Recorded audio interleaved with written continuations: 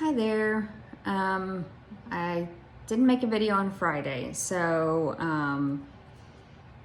I know I think I left off on Thursday where I was kind of having a harder day with a migraine that started, and I was having trouble kind of controlling it. So unfortunately for me, it's been kind of prolonged through Friday and the weekend and even into today. So I'm being challenged, which is fine because this is my life. I have migraines. I'm not getting rid of migraines through going through this treatment. It's how I hopefully can reduce migraines, but there are certain triggers that I have that I don't have control over. One main one being the weather.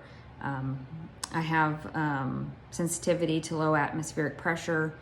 It took me a long time of journaling to finally get to that one, but as a lot of my friends and family know, I can kind of predict the weather. I can feel it. It's like, oh, it's gonna rain tomorrow. So the weather's been beautiful here, and I've mentioned it.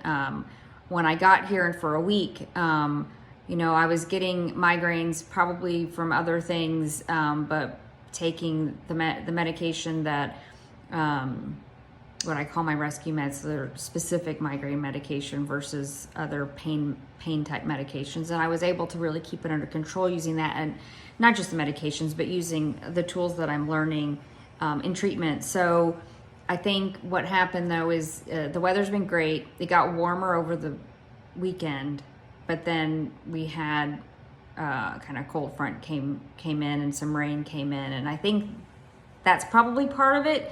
Another very I can't see, I lose words sometimes, sorry. Another reason could be because I'm weaning off of medications, so that's very possible that can increase.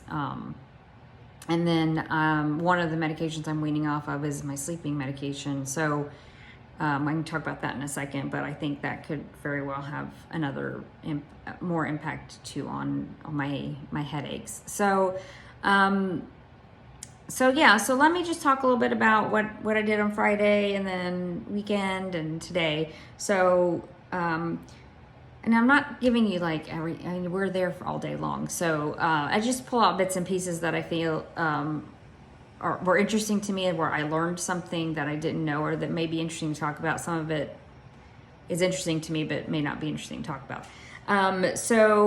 But one topic on Fridays, we have one of our group sessions is done with the chaplain, and she's just super cool. She's a super cool person. But so we talked about spirituality, which is interesting concept for me because I think spirituality and my brain goes to religion, which I'm not a religious person. And I've always toyed with, am I a spiritual person? I don't, because I feel like it's kind of linked in with God, and I'm agnostic, so maybe there's God, maybe there's not a God. How did we all get here? I don't know. But looking at it as a more broad term of my connection with myself and with everyone else and everything else. So really kind of just my connection to the world and life, which is another weird existential kind of concept that I struggle with still, but it can be boiled down to more like how I'm connected to the people around me and to myself. So there's lots of ways that I connect to people around me, and I need to strengthen certain bonds that may have been broken over the course of my chronic pain and depression, but may also have, maybe they've just weakened. Maybe I've never had the connection, but I really want the connection. So a good, family obviously is a huge connection for me, and one that I feel has weakened and I need to strengthen. Connection with friends as well. Theater is a big one too for me. I think that's one I would like to connect more. And then, one of the things I really wanted to focus on when I quit working that I thought would really help me within my depression was to do advocacy work. And I do think that, I had signed up to learn to be for volunteer training for Lost and Found Youth, which is an organization in Atlanta for that supports trans kids that have nowhere to live. So, which happens unfortunately to a lot of trans youth. But I didn't do the training. I think COVID kind of hit, and it just didn't happen. So I need to make goals for myself, and I think I'll probably start a little bit smaller. Not that that's a big goal to do training there, but it's a little bit closer to home. I know we've got a local PFLAG chapter that's been going on for maybe about a year now, and I've met the people that started it, and they're all very nice people, and I think getting more involved in that would be good. And so that's a connection to me and people and the community around me. So that was just a good way for me to learn about spirituality in a way that doesn't necessarily have to tie in with religion, and just maybe for you as well, just to think about your spirituality, and it could be also religion, but other things. And then there's a lot of meditation around yourself and how you connect to others. And so I do enjoy meditation. It's something that I learned through a good friend of mine. I hadn't practiced it a lot, and there's lots of different kinds of meditation. So there's a YouTube video that they recommended, and I haven't tried it yet, but I will say it. It's Loving Kindness Meditation. You can look it on YouTube. It's by UNH Health and Wellness is who has that on their YouTube channel. But there's a lot about connecting yourself to others. And we did a practice of a loving kindness mindfulness meditation in group later, where we did a mantra of let someone be well, let them be happy, let them be peaceful, let them be loved. And the someone that you pick there is someone, the first time you do this, it's someone who you have positive feelings for, someone who you have negative feelings for, and it doesn't have to mean someone you dislike, but maybe somebody in your life who you're having some sort of a conflict with. Someone who you have neutral feelings for. Actually, sorry, it was supposed to be neutral second and negative third. Neutral could just be someone you don't know very well. Maybe you don't even know their name. It's just someone that you see often, like passing by on maybe the bus driver or something. And then the fourth is yourself. And to me, that's a big key one, because myself is sometimes where I'm the hardest critic and have the most negative feelings towards myself. So having positive things to say about myself is one of my big things I'm trying to take away from this program. Positive self-talk. When you've gone through enough time, and it doesn't have to be a lot of time, but for me it's been a lot of time, where chronic pain has led you through into some very negative feelings about yourself, because you're a very different person today than you were before, and you compare yourself, and it's very hard. And then, you lead into depression and all of that. It just makes it to where you're not happy with yourself, not loving yourself. And that's really important for us as humans. And so I would love for you guys in my life that watch this, or if you're not in my life and you happen to stumble upon it and you want to leave a comment, good, positive mantras like that you can say for yourself. And that's just something that I think would help. Just ideas of like, what do you say to yourself to like try to make you be more positive towards yourself. And something that we did in group, and it wasn't part of the actual program, we just decided to do it as our group because we've gotten very close, is write everyone's name on the board, and then we just say, this is what these are the qualities we see in that person. And then, because the first step really to loving yourself again is seeing how other people see you. So instead of you seeing you how you see you. So I need to broaden my way of thinking to say, well, how does my husband see me? How do my friends see me? And especially people that I've known more recently in my life, because they didn't know me 13 years ago, 10 years ago. So they're not seeing how I may have changed. So it's also nice to kind of see this like fresh eyes looking at me. Or even friends that have known me for years and years. Like, you've seen me go through the ups and downs and come out a different person. So I'm not saying you guys all have to show like, hey, these are what we see in you. Although I'm not going to lie, that would be lovely. But mantras that maybe you say to yourself when you're going through something difficult, or feeling you did something where you're like, oh my gosh, I did this and I feel like it was really horrible. You know, we beat ourselves up a lot. You know, what are things that you say to like get you through it? And I know one of the girls in my group said during one of the meditations that we do, well, I think it was during Tai Chi, which she's been struggling with that working great for her. I love Tai Chi, by the way. Tai Chi Cha is what we do specifically. I love it. I think it's wonderful. It's very relaxing. I'm glad that, and I know my therapist had recommended it to me, and I'm going to email him and be like, yes, thank you. But she, this last time, did that. She was doing some mantras to herself, and she said she really got a lot more out of it. And I was like, that's a really cool idea. So anytime when I'm meditating and maybe my mind wanders, it could be something that I bring my mind back and say something great about myself, and then I go back to my breathing. I don't know. So, or just when I wake up and I might be feeling bad, and you know, it's just good. I think we should all do it. So that was good. We also talked about personal responsibility, which this is a hard pill to swallow for me, because I have not been responsible for myself.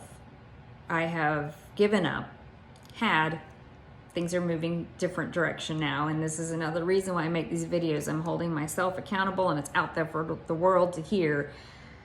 I gave up, fell into the depression, partly, and then part of this is fear of doing things because of pain, fear of the pain, and then the depression holding you back and completely losing all motivation. But I became very dependent upon my family, where I used to be very independent. And so it is not good to be fully dependent on other people.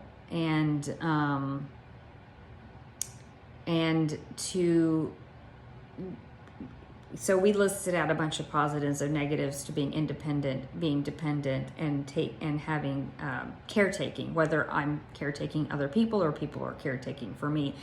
And there's got to be a good balance of it. And so definitely set goals of increasing my independence and decreasing my dependence on my family, and increasing my caretaking of my family, because my husband does do a lot with regards to caretaking of our children. It's not a 50-50 split right now, and that's what it really should be. And that's where I'm going to get back to. So, again, this program takes a lot of work. It's not a magic pill. It's something where it's giving me the information, facing these hard truths about myself on some of it, without beating myself up for it. And that's been something that's hard, because I came into it feeling like a complete and utter failure as a wife and a mother. But I now have goals, and I feel that I'm finding the right way to achieve those goals without falling apart and without giving up. That's what this is.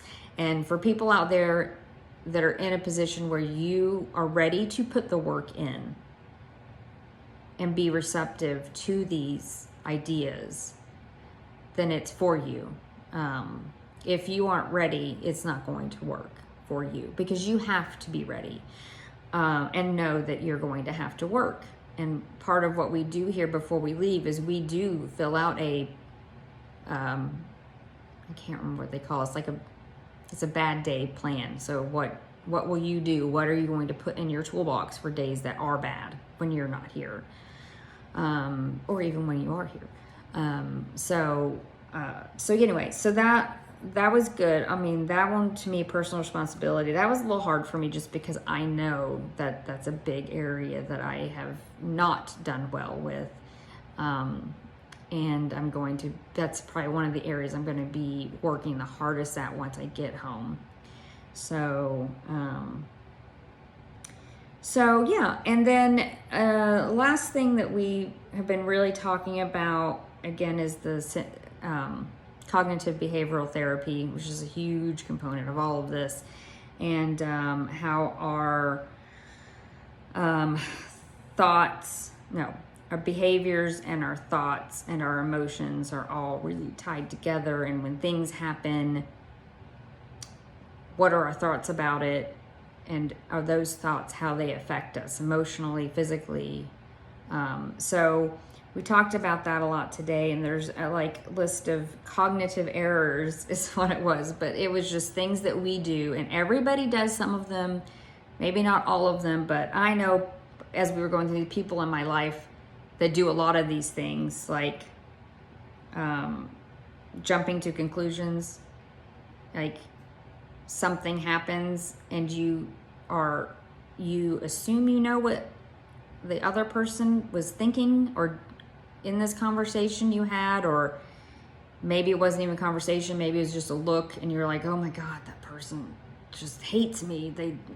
But you don't know what's in their mind. You don't know what they're going through. You don't know what they mean unless you ask them and you talk specifically about it. And then your mind is like, oh, they hate me. And then it changes how you interact with that person. And so it's just things like that, things that we do. Emotional reasoning is a big one for me. When I feel like my negative emotions that I have, that they are truth, but they're not. And I know they're not. Like, I'm not a bad mother and I'm not a bad wife, but that's emotionally where I was fully. And it's just not true. It's just not true. It's how I feel. And I still feel that to an extent. I'm getting better with it, but it's not truth. So these are the things that are just invaluable that we're talking about. And a lot of it, when you hear it, you're like, yes. And some of it might be common sense, and some of it's like, how do you change these behaviors? You know, that's like the meat and potatoes of this part of it, the cognitive behavioral therapy. So, but understanding how your brain is wired, it's all connected. So if you can start with positive thoughts or positive emotion, then you will have more positive outcomes. So yeah, so it's been really good. Again, I love the program. I love the people that run it, that are in it, the other people that are, part of my group with me. It's a very supportive environment. So another area that I've been struggling with is the migraines, which I'm going to struggle with. So I've got to figure out how to struggle through them. But sleep has been a concern and an issue in the fact that I've been on Ambien 10 milligrams for a few years now, they're like, nobody should be on 10 milligrams, like long term. So they were like, we're going to go to 5 milligrams. Great. They did it for 2 days, and then it was like, now none. So anytime there's like talk about medication, I do have some anxiety around it. So the first couple of nights actually off of Ambien, I was fine.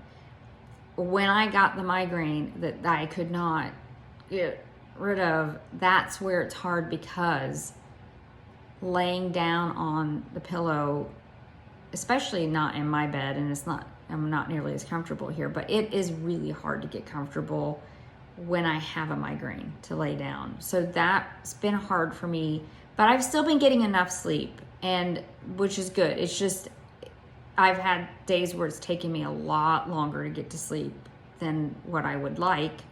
So they've talked a lot about that too, and ways to help with insomnia, cognitive behavioral therapy specifically for insomnia we've talked about. So, I mean, it's going to get better. So one of the things I did is this weekend, I didn't have a lot. My plans kind of keep changing around because there's people that I know around here that I'm planning to meet with, and we were going to meet, and then now we're going to meet next week. So it's okay. I worked it out. But Saturday was a day that was kind of harder for me because I didn't have the plans happen, but I still made myself walk to the grocery store and back, and cook some dinner, just because I didn't want to do nothing. You know, I want to still do stuff, even if I'm not feeling great. But one of the best things for me is socialization, I found, because it helps distract me enough so to where I'm not, thinking about the migraine and thinking about it to negative ways, which is where I will slide into, how am I going to get rid of this? How am I going to get rid of this with less medication than I'm used to taking? What am I going to do? Like that, I need to not think about it that way. I need to think about it in the ways that it's not going to be forever. I will get through it. I'm still able to do things, and I can do it. So Sunday was great because my friend from group, we went to Minneapolis to the farmer's market, and her and her mom had never been to IKEA.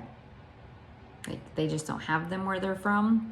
So, but they've seen catalogs, they've wanted to order, but they've never seen any of this stuff in person. So after the farmer's market, we went to eat lunch, and then we went to IKEA. So it was a lot of walking. So it was a long day. It was a lot.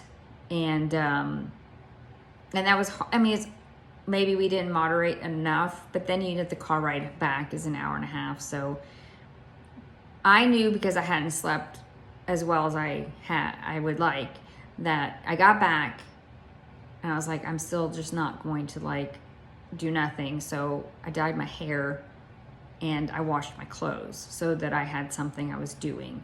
And by the time all that was done, and I folded my laundry, I watched one episode of a show just to kind of settle down, and then I was able to fall asleep within the 15-minute sleep timer of the podcast that I was listening to. So that was good. And then I woke up this morning, and the migraine wasn't so bad. I was actually able to go until about 11 before I took any medicine for it. So then it started getting worse again, and then the clouds are starting. I think it's supposed to be raining here most of the week. So I don't want to associate, and I don't usually look at the weather ahead of time. It's usually when I feel the migraine come on that I'm like, let me check the weather. I'm like, okay, yeah, just, so I don't want to be like, oh, it's going to rain, so my head's going to be horrible. That's catastrophizing, and I'm not doing that. And I'm not actually doing that. And I know that's something that I have done, but I'm not. Look, even if I'm in pain with my head, it's fine. I can still do what I need to do. I can still make this video, which I wanted to make sure I made today. And I will still get myself some dinner. And, but it's a big day when I go and I'm there all day and we're doing all the stuff that we do. So it's not like I want to come home and do a bunch of stuff, but I will probably do some relaxation, breathing tonight, and watch a little TV, and hopefully be able to go to sleep, because I will have been active all day. So and I think that's a big thing for me. If I want to sleep well, I need to make sure I stay active throughout the day so that I have used up all of my sleep reserve. It's like your body has to build up a certain amount of like, I'm doing stuff. Now I'm really sleepy, and then you sleep. It's different for everyone, like the amount people need to sleep to function really well, but it doesn't have to be 8 hours. It could be 5 hours. It could be, maybe it's 10 hours. It just depends on the person, and you have to kind of figure out what that is for you. But if I'm doing stuff, and I don't have to overdo, but if I'm doing stuff, then I'm going to be sleepy. If I'm doing nothing, I'm not going to sleep well. And if anybody's ever been on bed rest, you kind of probably don't sleep great, because you're not doing stuff, so that your body's never like getting to that sleepy level. And I'm not explaining that exactly well, and I'm not using the right words because I wasn't planning on talking about it, but these are the tools, though. This is part of the tools. And for me, that's a big one, is making sure I'm still doing certain things every day, to keep me active and moving. And that seems obvious, right? But again, I have to stress, when you have dealt with this for long enough and the depression really takes hold of it, your thoughts aren't always rational. So you're not thinking of it that way. You're thinking of, I'm going to go do laundry. I'm going to be in pain. It's like, actually, one of the activities, and I'll do this. It's only a longer video because it's been 4 days since I made a video. But one of the activities we did with, and I'll show you an example of a stressful situation happen. This happened to me last Thursday when this first migraine started. I woke up at 3:30 with a migraine, 3:30 in the morning, and I couldn't go back to sleep because it was just like the pain. My automatic thoughts, not necessarily I thought about it in rational thoughts, but my automatic thoughts were, what if my rescue medication doesn't work? Will I make it to treatment? And I'm failing. Like, that's immediately what I thought when I'm like, woke up, this migraine, and you panic. And then what are my reactions? My emotional reaction was I was scared. My physical reaction is increased tension here. It just, because you're scared. And my behavioral reaction was, I didn't leave the bed. I stayed in the bed and watched TV on my phone, which maybe I shouldn't have. If I'd gotten up and gone and done something else, maybe worked on some Lego for 30 minutes, let the medication kind of kick in, or maybe do some relaxation, Tai Chi, something. Not Tai Chi. I don't think you're supposed to do that for bed, but some sort of relaxing meditation. I could have maybe gotten sleepy again and fallen back asleep. But staying in the bed and watching TV on my phone probably wasn't the best thing. So, but this is stuff that you just kind of, these automatic thoughts that enter your brain when a stressful situation happens, they trigger your behavioral, your emotional side, and which then triggers your behavioral side. And if it goes negative or catastrophize it to where this is not going to get better, and you have fear around it. Like, I got scared. I fear. Pain fears. I am afraid of pain because of my past. So I need to turn that around to, it's going to be okay. I will make it. I'm going to go to treatment. It may be a harder day for me, but I will get through it. And I will come out the other end. And I did. And a lot of this is learning to live with the pain that I know I won't necessarily be cured of the pain, but I can live with the pain. And here's how I can live with the pain. And these are the tools that I'm learning.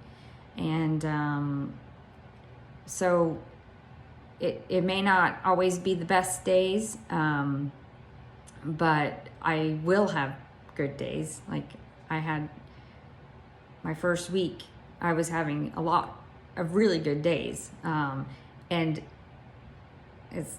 those are they'll come back. So it's, you know, it's ups and downs, and that's life in general. So keeping the positive thoughts and using the positive tools is what I'm working on.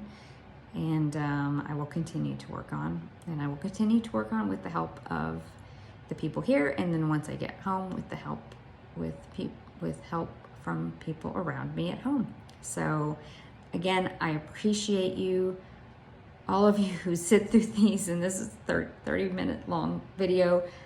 I appreciate you for caring and watching and giving me feedback. I love you, and I will hopefully not do another really long video next time, but I will see you next time.